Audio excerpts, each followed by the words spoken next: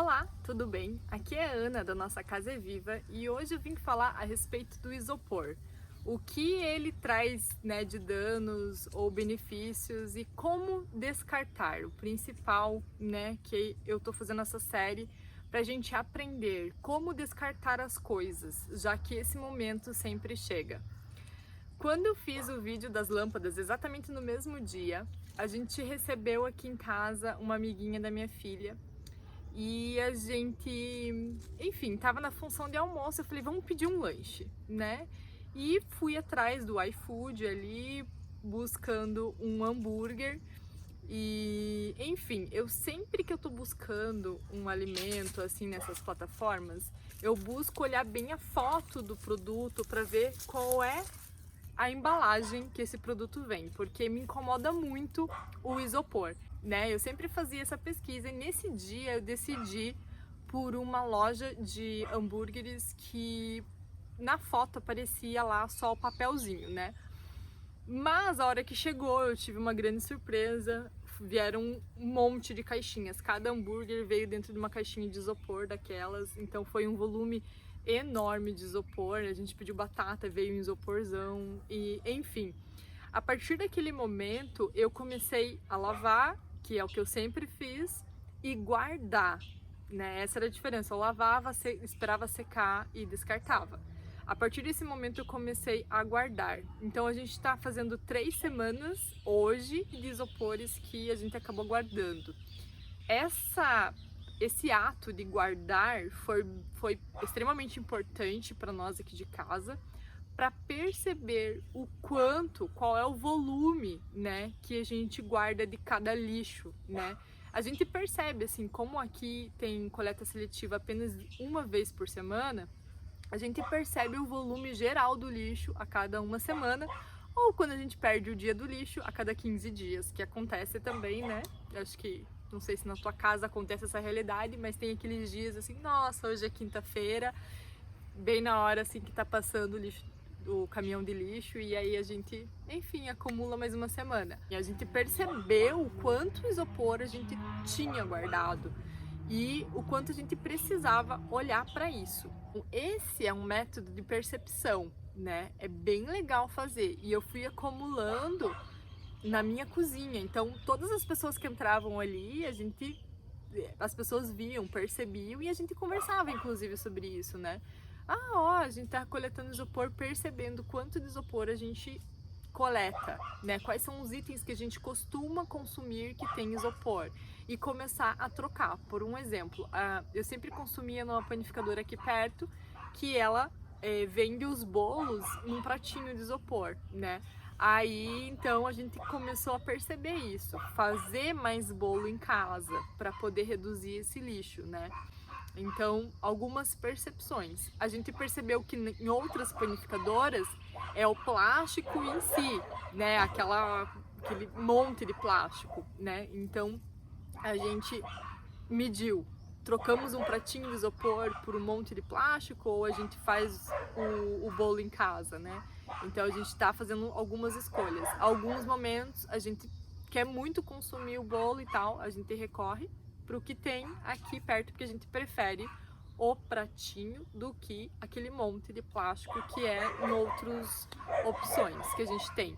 Mas tem uma outra panificadora, por exemplo, que oferece numa bandejinha de alumínio, né? E aí a gente prefere a bandejinha de alumínio. Assim como marmita. Toda semana a gente pede marmita em casa, uma vez na semana. A gente compra especialmente num restaurante que eles entregam na marmita de alumínio. Se a gente pede em casa, eles mandam no isopor.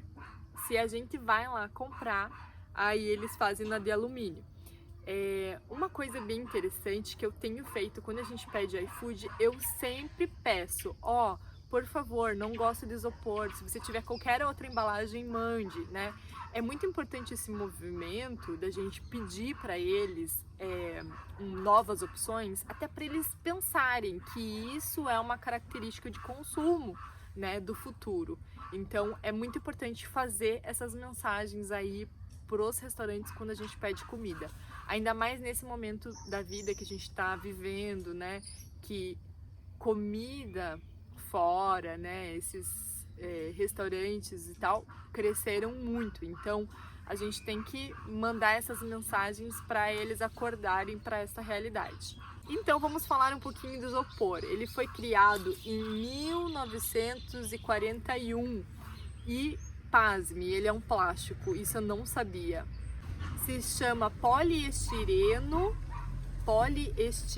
expandido. Ele tem de 5 a 2% de plástico e o resto é ar. Então, tipo, é uma tecnologia incrível, né? E na época era muito incrível, porque imagine em 41 inventarem uma parada dessa que vai muito pouco plástico na sua composição e, né, é reciclável, é isso, é aquilo. Então, leve, mais ou menos resistente, térmico. Então, assim, vieram várias coisas junto com isso. O isopor na época virou uma super tecnologia e até hoje, né, tem pessoas assim que gostam muito do isopor. Só que quando a gente para refletir um pouco, tem os malefícios envolvidos. Mas antes de falar dos malefícios, é importante a gente pensar que o isopor, ele é meio, pelo que eu entendi, pelo que eu pesquisei, ele é meio que uma tecnologia, como é que diz a palavra? Monopolizada. Existe uma fábrica que meio que fabrica o isopor do mundo. Tanto que quando você começa a pesquisar sobre isopor na internet, só vem coisas lindas e maravilhosas sobre isopor, como se fosse a salvação de todos os nossos problemas. Como ele é um plástico, ele é petróleo e ele é poluente e ele vai se tornar microplástico de qualquer forma. Para ele ser um plástico e recente, não tem uma estimativa exata de quanto tempo demora para se decompor. Alguns cientistas dizem que ele nunca se decompõe e como o plástico ele vira microplástico e mais do que isso, ele é como se fosse uma esponja, então ele absorve muitos químicos que tem no ambiente, né? Então, quando um animal se alimenta dele, ele pode ser bem prejudicial para esse animal. Então, em vários lugares do mundo, ele está sendo proibido, né? Porque, assim, ele é já dito como cancerígeno há muito tempo atrás. No Japão, há 2 décadas, ele já é, não sei se proibido, mas ele é classificado como cancerígeno. Então, enfim, né, se os japoneses já veem isso há 2 décadas, então tá demorando mesmo pra gente generalizar isso a nível de mundo. Ou talvez porque tem alguns benefícios em usar ele, né, justamente por ele usar bem pouco plástico. Porque se a gente pensa assim, uma embalagem de plástico, ela é 100% plástico, né, enquanto o isopor, ele tem de 5 a 2% de isopor, de plástico e o resto é ar. Então ele acaba usando muito menos matéria-prima para produzir. Então essa tecnologia, quando ela se quebra e tal, quando você aquece alguma coisa dentro dela, ela solta um químico chamado estireno. E é ele que é uma parada cancerígena que pode causar dor de cabeça, depressão, perda de auditiva e neurológica. Então, tipo, é uma parada bem sinistra, assim. A gente pode pensar, por ser plástico e por todo esse desenvolvimento que eles vendem, tipo, de ser uma parada 100% reciclável, porque se você pesquisar, realmente eles vendem isso. Não, isopor é 100% reciclável, super fácil de reciclar, ele tá 100% dentro de um ciclo sustentável e tal. Mas a realidade é que ele não é tão reciclável assim, né? Primeiro, para ele se tornar reciclável, ele precisa ser tratado em casa. Então, na hora de jogar fora, precisa lavar, deixar livre de qualquer gordura, resíduo de comida, bonitinho. Aí espera secar, depois joga fora, porque senão ele pode fungar, encher de bactérias. Além dele ser contaminado, pode contaminar outros lixos que vão estar sendo descartados juntos. E a reciclagem dele não é tão simples assim, na verdade é uma reciclagem bem complexa, porque além dele ter que chegar limpinho, bonitinho e tal, lá no centro de distribuição, ele não é muito atrativo, né? Como a gente comentou que ele tem 5 a 2% de plástico e o resto é ar, ele é muito leve, ele não rende muito, tem que coletar muito isopor para ser um dinheiro atrativo. Então, os grandes centros de reciclagem ou de coleta, né, eles preferem reciclar outros materiais do que o isopor, porque exige um monte de maquinário, um monte de coisa, para que isso não dê muito lucro, muito retorno para eles. Eles têm que coletar um monte. Imagine quantos caminhões eles têm que se desprender para conseguir, sei lá, 1 tonelada de isopor, para daí render aquilo, enquanto o plástico, o papelão, o alumínio dão outras proporções, né, com muito menos esforço. A coleta no Brasil já é um problema, né, porque apenas 18% dos municípios têm coleta seletiva e vão de fato separar os seus lixos. E uma porcentagem bem menor desses centros realmente olham para o isopor como uma coisa legal para se reciclar. Plastivida, que é tipo uma associação, né, de recicladores de isopor no Brasil, ela estima que 34% de todo o isopor consumido no Brasil, ele é de fato reciclável, né? Eu não acredito muito nesses dados, mas se eles falam, beleza, massa, 34%, eu acho que, uau, a gente está se saindo muito bem. Claro que o ideal é em 100% e é muito longe dessa realidade, né?